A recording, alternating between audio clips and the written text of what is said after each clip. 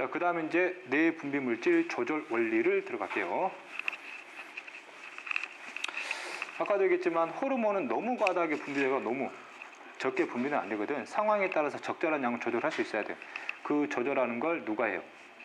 간뇌가 해요. 간뇌가. 됐지? 그래서 예전에 설명했지만 간뇌는 내 몸에 뭐로 생각을 했어요? 센서예요. 됐지? 내 몸의 어떤 상태를 측정해가지고 그 측정된 상태에 따라서 나름대로 조절한다는 얘기예요. 그렇지, 그렇지? 그래서 간뇌가 센서라는 얘기는 내 몸의 어떤 상태를 나름대로 어떻게 유지해야지 나름대로 뭐 해놓는 과정이 있어요? 어떤 뭔가를 설정하는 과정이 있고 이 설정된 값에 따라서 실제 내 상태를 유지하는 거지. 그러면 이게 어떤 내용인지 모르겠지만 내 몸의 어떤 설정된 값보다 어떤 내용이 너무 높아요. 그럼 뭐 해야겠어요? 낮춰야 되겠지. 만약 설정된 것보다 뭔가 낮아요. 뭐 해야 돼? 높여야 되거든. 이건 조절하는 거예요. 대표적인 사례를 볼게요. 자, 간뇌가 뇌와 수체 전엽한테 명령을 내렸는데 이때 호르몬을 통해서 TRH를 분비시켰어요. TRH를. 그럼 뇌와 수체 전엽에서 뭐가 분비돼요? TSH가 분비되죠, 그지? TSH가. 그럼 여기서 TSH가 분비되면 TSH가 누구한테 명령 들어가요? 갑상샘한테 명령 들어가면 갑상샘에서는 뭘 분비해요? 티록신을 분비하게 되지.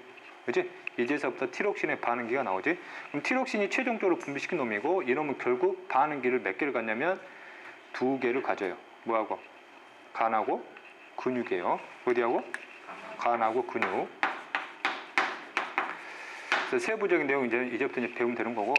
그러면 티록신이 간한테 명령을 내렸을 때하고 근육한테 명령을 내렸을 때는 반응이 똑같이 나오거든. 그치? 여기서는 그럼 어떤 반응이 나오냐면 티록신의 기능이지 무슨 호흡량을 증가시키냐면 세포 호흡량을 증가시켜요.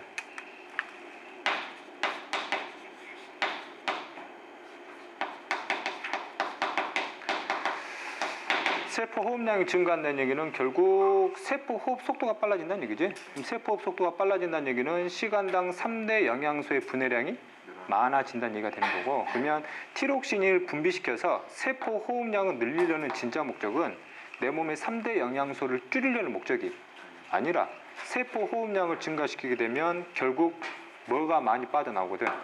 열에너지가 많이 빠져나오거든. 그래서 열에너지 무슨 양을? 발생량을 증가시키려는 목적이 실제 티록신의 기능이에요. 이해됐지? 그럼 열에너지 발생량이 증가하게 되면 결국 내 몸의 체온이 뭐 한다는 얘기예요? 체온이 증가한다는 얘기거든. 그러면 간뇌는 어떤 목적으로 티록신을 분비시킨 거예요? 체온을 증가시키려고. 그럼 간뇌는 어떤 상황에 이 호르몬의 분비량을 늘리겠어요? 내 몸의 온도가 설정된 값보다 지금 낮았다라고 판단하는 거지. 그렇지? 예를 들면 내 몸의 온도가 36도가 설정 값이라 볼게요. 그럼 실제 온도가 34도거든. 그럼 간뇌가 빨리 뭐 해야 돼? 이걸 측정을 해야 될 거 아니야? 지속적으로 혈액에 뭘 측정을 해요? 온도를 측정을 하거든. 그러면 온도가 너무 낮아요. 높여야 되겠네? 이거의 분비량 뭐예요? 늘리잖아. 이것의 분비량도 늘어나겠지. 많이 자극하겠네? 이것의 분비량 늘어나겠지? 쭉 가서 세포합량 증가, 체온이 뭐예요? 증가하지. 무슨 값만큼? 설정 값만큼. 이해됐냐? 근데 너무 올라가가지고 38도가 돼버렸어요. 그럼 간뇌 어떻게 되겠어? 낮춰야지. 이거 뭐예요? 줄이겠지. 이거 줄이겠지. 이거 줄이겠지. 결국 세포합량이 줄어들면서 내 몸에 열이 밖으로 빠져나가면 결국 체온이 뭐 하게 돼요? 줄어들게 되는 거지. 그치? 이걸 계속 반복해요. 계속 반복하면 결국 내 몸의 체온은 뭐에서 왔다 갔다 해요? 설정 값에서 왔다 갔다 한다는 얘기죠. 이게 됐지? 이제 이런 과정이고, 그래서 이제 이런 결과를 변화시켜줬을 때 이것들의 분비가 어떻게 되는지 많이 물어본다고. 이게 어렵지 않거든. 그치? 자, 그 다음. 그럼 간뇌가 하고자 하는 목적은 뭐를 변화시키려는 거예요? 체온을 변화시키려는 거거든. 그럼 결국 간뇌가 변화시키고자 하는 무슨 값이 돼요? 결과값이 되는 거지. 그럼 이 결과에 영향을 주고 있는 건 누가 직접 주도하고 있어요? 간뇌가 직접 주도하고 있기 때문에 간뇌가 이 체온을 변화시키는 하나의 뭐가 되는 거예요? 원인이 되는 거거든. 됐냐? 그럼 마지막 결과물이 다시 뭐에 영향을 주고 있어요? 최초의 원인에 다시 영향을 주고 있는 거잖아. 그렇지? 그래서 이 과정이에요. 이 과정을 우리가 무슨 백이라 그래요? 피드백이라 표현하지. 이게 과학 탐구 과정에서 나오잖아. 문제인식, 가설 설정, 탐구 설계 및 수행, 그 다음에 실험 설계하고 수행하고 자료 분석하고 결론 도출. 그렇지? 가설과 맞잖아요. 다시 뭐해? 돌아가거든. 그게 피드백이잖아. 주의할 점은 이게 피드백이 아니에요. 그렇지? 이 과정이 피드백인 거지. 그렇지? 그럼 피드백 결과물이 설정 값에 대해서 항상 일정하게 뭐 하게 돼요? 유지가 되게 되잖아. 이런 피드백 조절을 무슨 피드백? 음성 피드백이라고 그래요. 그렇지? 그 음성이라 하게 되면은 데이터셋들이 약간 오해를 하는 점이 있어요. 음성은 뭔가를 낮추는 것 같잖아. 근데 황상성에서 얘기하는, 특히 호르몬 조절 파트에서 의미하는 음성은 마지막 결과값을 일정하게 유지하는 걸 음성이라고 그래요. 이해되니? 그래서 해석 잘해요. 오케이? 자, 그 다음에 여기서 이제 이 사례가 이제 시험 문제 굉장히 많이 나오거든. 그래서 이제 여러 가지 특징들을 물어봐요. 첫 번째, 뭐에 대한 특징을 많이 물어보냐면, 값상셈의 특징을 알아야 해석할 수 있는 문제가 있어요. 값상셈의 특징은 뭐의 양에 따라서? TSH 양에 따라서 크기가 변할 수 있어요.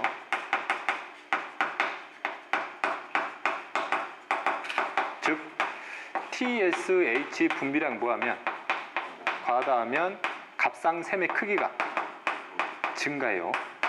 TSH의 분비량이 뭐하면 작으면 크기가 뭐예요? 감소해요. 됐지? 이게 뭐 단기적으로 나타나는 게 아니라 TSH가 장기적으로 계속 분비가 돼요. 이게 한 달 지나고 2달 지나고 6개월 지나고 1년 지나고 2년 지났단 말이야. 그럼 값상셈이 계속 뭐예요? 계속 커지고 있거든. 그러면 값상셈이 여기 있으니까 안에서 목에 있는 피부가 막 밀겠지? 이거 이렇게 튀어나온다고. 이해되냐? 그래서 크기가 너무 커졌어요. 이거를 값상셈 비대증이라고 그래요. 됐지? 그럼 값상셈이 커졌다는 얘기는 결국 값상셈을 구성하는 뭐의 수가 많아졌다는 얘기예요. 세포 수가 늘었다는 얘기잖아. 근데 이게 TS 양에 의해서 세포 수가 늘은 거거든. 그게 마치 암세포가 세포 분열하는 것처럼 보이거든. 암은 아닌데. 그래서 이거를 마치 종양처럼 보인다고 그래가지고 이거를 값상셈 종이다라고 부르게 돼. 종양은 아닌데. 이해됐지? 그지? 대표적인 어떤 현상이 이런 게 나오냐면 값상셈 세포 자체의 기능에 문제가 생겨버렸어요. 뭘 만들지 못해? 티록신을 아예 만들지 못해. 그럼 간내는 이게 손상됐는지 안 됐는지 모르거든. 그럼 티록신이 아무래도 안 나와? 안 나오거든. 간내는 이 과정에서 보면 이 양은 계속 뭐예요? 계속 늘리지. 자극해도 안 나와? 안 나오거든. 계속 반복해요. 이 양 계속 증가, 이 양 계속 증가, 또 반복하면 증가, 또 반복하면 증가, 또 반복하면 증가 만들잖아. TSH가 주기적으로 계속 늘어나니까 값상셈이 계속 뭐 할 수밖에 없어요? 커질 수밖에 없는 거지, 이게. 이해되니? 이런 사례들이에요. 그래도 그런 내용들이고. 자, 그 다음에 또 하나의 특징이지. 티록신은 단백질이잖아, 이게. 단백질인데 예전 1단원에서 설명을 했을 때 단백질은 기능을 수행하려면 무슨 구조가 완성돼야 돼요? 입체 구조가 완성돼야 되는데 입체 구조가 완성됨에 있어서 어떤 단백질은 무기염류라든지 뭐가 껴 들어와야 비타민이 껴 들어와야 입체 구조가 완성되는 게 있다고 그랬지? 그지? 그 중에 하나가 티록신이 바로 그놈이에요. 티록신은 비타민이 아닌 무슨 염류가 껴 들어와야 돼? 무기염류가 껴 들어와야 이놈의 입체 구조가 완성되면서 티록신으로서의 기능을 수행할 수 있어요. 이해됐냐? 그럼 봐. 그럼 이 무기염류가 껴 들어오지 못하잖아. 그러면 이 티록신은 결국 값상셈을 구성하는 세포가 만드는 거지. 그럼 여기서 티록신을 만들어놨는데 무기염류가 밖에 들어오지 않아요. 그럼 이 세포가 아직 기능이 완성되지 않은 티록신을 세포 밖으로 분비할 이유가 없는 거거든. 티록신이 아예 나오지 않는다는 얘기예요. 이해되니? 그지? 그럼 이때 무기염류 종류가 뭐냐면 아이오딘 이온이거든. 아이오딘 이온. 됐지? 그래서 문제 물어보는 거예요. 아이오딘을 지속적으로 섭취하지 않았어요. 그러면 나중에 어떻게 되겠냐고. 티록신이 안 나오겠지? 그럼 이거 양은 증가, 이거 증가 안 나오지? 이거 양 계속 뭐예요? 계속 증가하면 뭐가 생길 수 있어요? 갑상샘 비대증이 생길 수 있어요. 이해됐지? 그럼 내 몸에 주기적으로 계속 뭘 넣어줘야 돼? 이걸 계속 넣어줘야 되거든. 이걸 넣어주는 방법이 매일 주사 맞냐? 아이들이 막 주사 맞는 거 아니잖아. 뭘 통해서? 외부 생명체를 섭취해 줌으로써 이걸 내가 얻어내게 되는 거지. 그러면 특히 무기염류를 굉장히 많이 가지고 있는 것들이 바다에 서식하는 것들이거든. 왜? 바다에는 뭐가 많거든. 무기염류가 엄청 풍부하거든. 그러니까 짜잖아. 그렇지? 그러면 바다에 서식하는 생명체들은 그만큼 뭘 많이 가지고 있어요? 무기염류 많이 가지고 있거든. 그래서 이런 무기염류를 많이 흡수하려면 우리가 뭘 많이 먹어야 된다면 해조류를 많이 먹어야 된다고 그래요. 특히 해조류에 많거든. 해조류가 바다에 사는 새가 아니에요. 갈매기가 아니에요. 바다에 서식하는 광합성이 가능한 식물은 아닌데 식물과 같은 놈이 있어요. 됐지? 대표적으로 미역, 다시마, 김 이런 종류들이죠. 이해됐냐? 그래서 과거에는 이런 해조류를 쉽게 접하지 못하는 사람들에게서 뭐가 많이 발견돼요? 이게 많이 발견되거든. 우리나라는 이런 사람이 거의 없어요. 왜? 산맥이 바다거든. 해조류를 심심하면 먹거든 우리가. 그렇지? 근데 이제 저기 네팔 쪽에 있지. 네팔 쪽 해발 막 4,000m, 막 5,000m 사는 사람들. 그 사람들은 이걸 접할 기회가 없거든 과거에는. 근데 그런 사람들한테서 이게 많이 나온다고. 또는 아프리카 중에서도 진짜 그 중심에 있는 사는 사람들 있잖아. 이게 거리가 상당하거든. 그렇지? 그래서 여기 사는 사람들. 그래서 사진을 보게 되면 이쪽에 사는 사람들이나 그다음 네팔 쪽에 사는 사람들이 이제 갑상선 비대증 환자에 대한 사진들이 많아요. 이해됐지? 그런 내용들이고. 자, 그다음 그럼 내가 갑상샘을 좀 문제 생겨가지고 갑상샘 일부를 자를 수도 있겠지. 그지? 그럼 갑상샘이 잘렸어요. 그럼 갑상샘을 구성하는 세포 수가 뭐였니? 준 거잖아. 그럼 티로신이 뭐예요? 줄어들겠지? 그럼 어떻게 되겠니? 늘겠지. 이거 늘겠지. 그럼 자극하겠지. 그럼 얘가 또 분비해도 양은 적거든. 계속 반복하다 보면 TH랑 계속 뭐예요? 증가잖아. 그럼 이게 다시 원래 상태로 뭐 할 수 있어요? 돌아올 수 있다는 얘기지. 이해되니? 그지? 자, 그 다음에 또 이런 문제도 있어요. 티록신을 어디서 주입시켜버려요? 외부에서 직접 주입시켜버려요. 티록신이 함유된 용액을 내 혈액에다가 직접 집어넣어버리는 거예요. 그러면 내가 인위적으로 내 몸에 티록신 양을 뭐 해버리겠다는 얘기예요? 늘려버리겠다는 얘기지. 그럼 이런 과정을 통해서 간내가 결국 이 양 뭐 할 수밖에 없어요? 줄일 수밖에 없지. 그럼 이 양도 뭐예요? 줄어들겠지. 그럼 여기서 분비되는 양이 뭐예요? 줄어들기 시작한다고. 그러면 티록신이 외부에서 들어왔더라도 이게 시간이 지나면 어차피 나중에 다 분해가 되거든. 그럼 다시 적정량 뭐 할 수 있어요? 적정량으로 돌아올 수 있겠지. 또 주의할 점이야. 외부에서 주입해서 뭐가 늘어난 거야? 티록신이 늘어난 거잖아. 그러면 외부에서 주입해서 티록신이 늘어나면 갑상샘 자체에서 분비하는 티록신 양은 줄겠지. 기존 정상보다. 이해됐냐? 이런 내용들에 대해서도 말을 해석 잘해야 돼요. 이해됐니? 됐지? 그래서 이게 뇌 분비 저조 과정에서 가장 많이 나오는 대표적인 사례예요.